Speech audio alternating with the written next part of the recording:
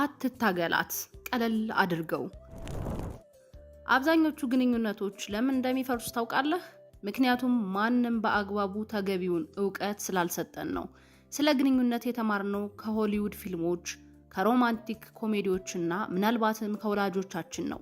ወላጆቻችንም ምናልባት ያለ በቂ ዕውቀት ነበር ፍቅርን የሚመሩት። ስለዚህ ግንኙነት በምንጀምርበት ጊዜ ምትሃት፣ ርችትና ደስተኛ ፍጻሜ እንጠብቃለን። ከዚያም በእውነታውና በግምታችን መካከል ክፍተት ይፈጠራል። ውስጣችን ይታወካል። እናም የሆነ ስህተት እየሰራን እንደሆነ እናስባለን። ማንም ሰው አምኖ ለመቀበል የማይፈልገው እውነት ይሄውልህ፣ ግንኙነቶች ሚስጥራዊ ስለሆኑ አይደለም የተወሳሰቡት የሚሰሩበትን ትክክለኛ መንገድ በተመለከተ ሙሉ በሙሉ ከንቱ ነገር ስለተማርን ነው። ዛሬ ግንኙነቶችን በሚገባ እንድትገነዘብ ላደርግህ ነው። ለሳቢሳ ሚዲያ አዲስ ሆናችሁ ሰብስክራይብ አድርጋችሁ አብራችሁን ቆዩ። ለምን ማንም ሰው ይሄን ቀደም ብሎ አልነገረኝም እንድትል የሚያደርግህን ዕውቀት አካፍላለሁ።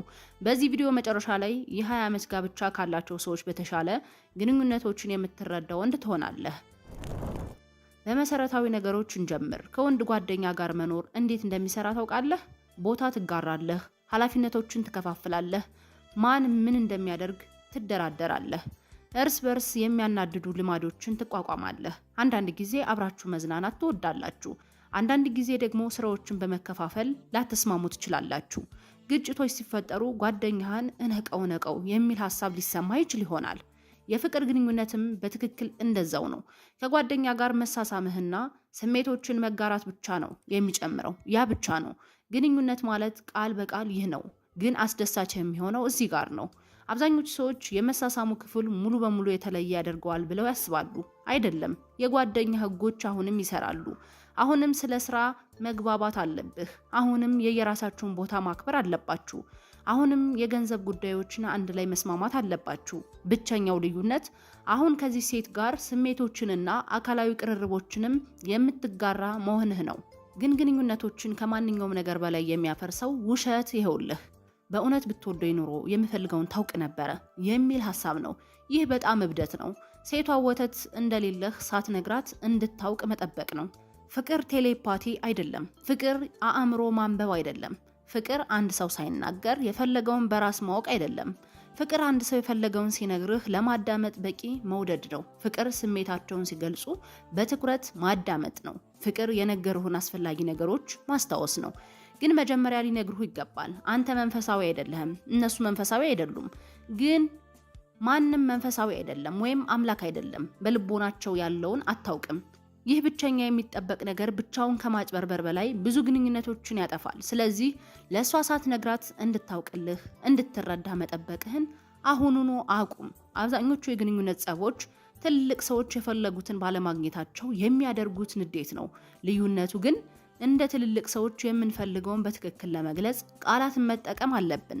አንድ ሰው የልባችንን እስኪሰጠን ድረስ ከመጮህ ይልቅ እያንዳንዱ ግንኙነት ለመቀጠል የሚያስፈልጉት ነገሮች ይሄውልህ። ልክ አንድ ተክል ለመኖር ውሃ፣ ፀሐይ፣ ብርሃንና አፈር እንደሚያስፈልገው ሁሉ ግንኙነቶች 3 የተወሰኑ ነገሮችን ይፈልጋሉ።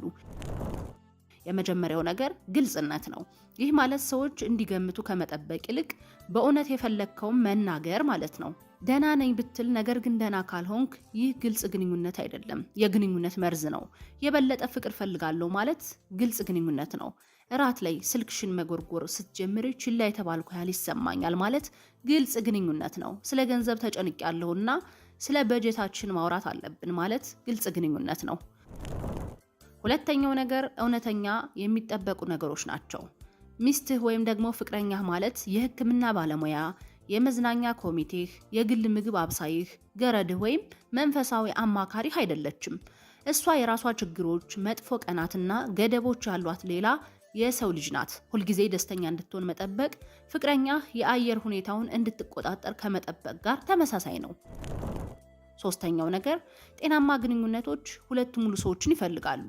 ይህ አከራካሪ ነው። 2 ግማሽ ሰዎች አንድ ሙሉ ሰው ለመሆን የሚሞክሩ አይደሉም። የራስህ ጓደኞች፣ የራስህ የትርፍ ጊዜ ማሳለፊያዎች፣ የራስህ ግቦች፣ የራስህ ማንነት ያስፈልግሃል።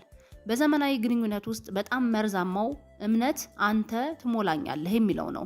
ማንም ማንንም መሙላት አይችልምም አይሞላምም። አንተ ሙሉ ሰው መሆን አለብህ እና ሌላው ሙሉ ሰውን መገናኘት አለብህ። ሁለት ያልተሟሉ ሰዎች አንድ ጤናማ ግንኙነት አይፈጥሩም። ጥገኛ ግንኙነት ነው የሚፈጥሩት።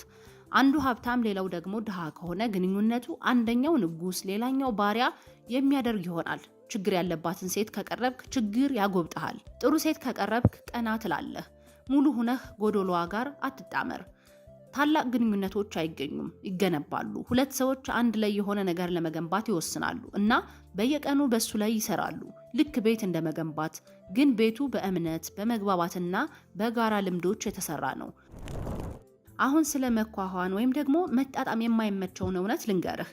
እውነተኛ ተኳኋኝነት ሁሉንም ነገር በጋራ ስለመያዝ አይደለም። ተኳኋኝነት ችግሮች ስለመኖራቸው፣ እያንዳንዱ ሰው ችግሮች አሉት፣ እያንዳንዱ ግንኙነት ፈተናዎች አሉት። ጥያቄው ይቺ ሴት ፍጹም ናት የሚለው አይደለም። ጥያቄው የእሷ ችግሮች የምቋቋማቸው ናቸው የሚለው ነው።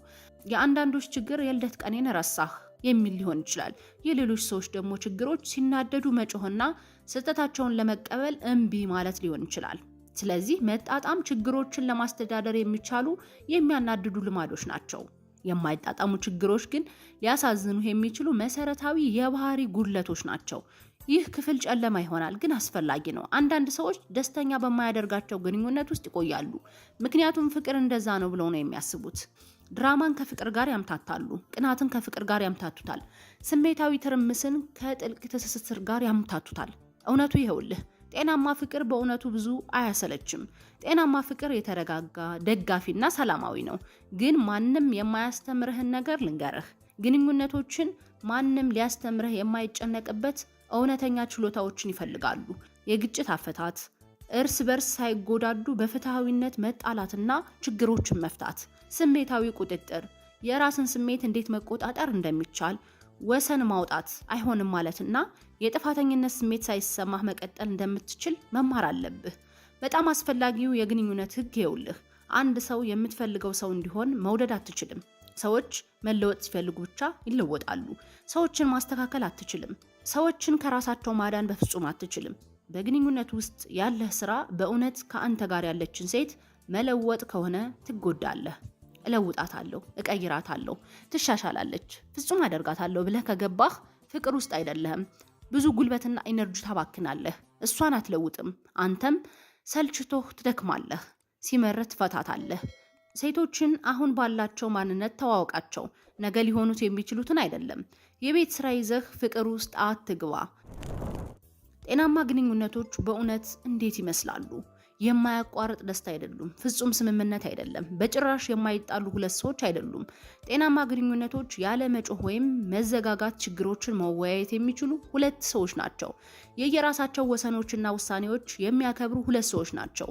የየራሳቸውን ግቦችና ጓደኝነት የሚደግፉ ናቸው። በጊዜ ሂደት እርስ በርስ ያለማቋረጥ የሚደጋገፉ ይሆናሉ።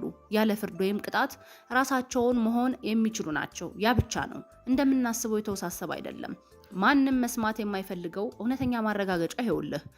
አንዳንድ ግንኙነቶች እንዲሳካላቸው አልታሰቡም። አንዳንድ ጊዜ ሁለት ጥሩ ሰዎች አብረው ጥሩ አይሆኑም። አንዳንድ ጊዜ አንዲትን ሴት ትወዳታለህ፣ እሷም ትወድሃለች።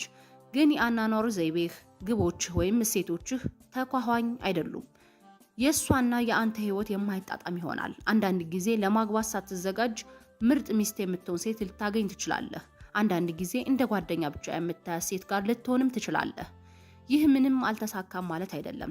ፍቅር እውነት አይደለም ማለት አይደለም። ይህ ማለት ይህ ልዩ ጥምረት አልሰራም ማለት ብቻ ነው። ማድረግ የምትችለው በጣም ጤናማ ነገር አንድ ግንኙነት እየሰራ እንዳልሆነ ማወቅና በአክብሮት ማቋረጥ ነው። በቃ የማይሆን ነገር አይሆንም፣ መወሰንና መተው ነው ያለብህ። ስለዚህ አዲሶቹ የግንኙነት ደረጃዎች እነዚህ ናቸው። እንድትሞላህ ሴት መፈለግ አቁም። ፍጹምነትን መጠበቅ አቁም። ጥረት፣ ታማኝነትና አክብሮትን መጠበቅ ጀምር። ሰዎችን ለመለወጥ በፍጹም አትሞክር፣ አቁም። እንዳሉ መቀበል ጀምር ወይም ደግሞ ተዋቸው። ደስታን የሌላ ሰው ኃላፊነት ማድረግ አቁም። ደስተኛ ሰው መሆን ጀምርና ያንን ደስታ ከሌላ ሰው ጋር መጋራት ጀምር። ዋናው ነገር ይህ ነው። ግንኙነት በመርህ ደረጃ ቀላል ናቸው፣ ነገር ግን በአፈጻጸም ፈታኝ ናቸው። ስትኖራቸው መከራ ናቸው። ማወቅና ተግባራዊ ማድረግ ህይወትህን ቀላል ያደርገዋል። አብዛኞቹ ሰዎች ግንኙነቶች ላይ የሚቸገሩበት ምክንያት ፍቅር ሚስጥራዊ ስለሆነ አይደለም፣ ግንኙነቶችን እንደ ተረት ተረት እንጂ እንደ እውነተኛ ህይወት ማየትን ስላልተማርን ነው። ግን መልካሙ ዜና ይኸውልህ፣ ግንኙነቶች በእውነት ምን እንደሆኑና በእውነት ምን እንደሚፈልጉ አንዴ ከተረዳህ በጣም ማስተዳደር የሚቻሉ ይሆናሉ። ምትሃት መጠበቅ ታቆማለህ እና ከአንተ ጋር ለመገንባት ፈቃደኛ ከሆነ ሰው ጋር እውነተኛ ነገር መገንባት ትጀምራለህ። እና ያ በእውነቱ ከማንኛውም ተረት ተረት እጅግ የተሻለ ነው። አስታውስ፣ ምርጥ ግንኙነቶች ፍጹም አይደሉም። እነሱ ሁለት ፍጹምነት የጎደላቸው ሰዎች አንድ ላይ ለመፍታት የሚወስኑባቸው ናቸው። ያ ሊሳካ የሚችል ነው። ያ እውነት ነው እና ያ በእውነት በጣም ቆንጆ ነገር ነው። ውድ የሳቢሳ ቤተሰቦች፣ የዛሬው ፕሮግራሜ ይህን ይመስላል። ለሳቢሳ ሚዲያ አዲስ የሆናችሁ ካላችሁ ሰብስክራይብ አድርጎ ሀሳብ አስተያየታችሁን ኮሜንት ላይ ጻፉልኝ። መልካም ጊዜ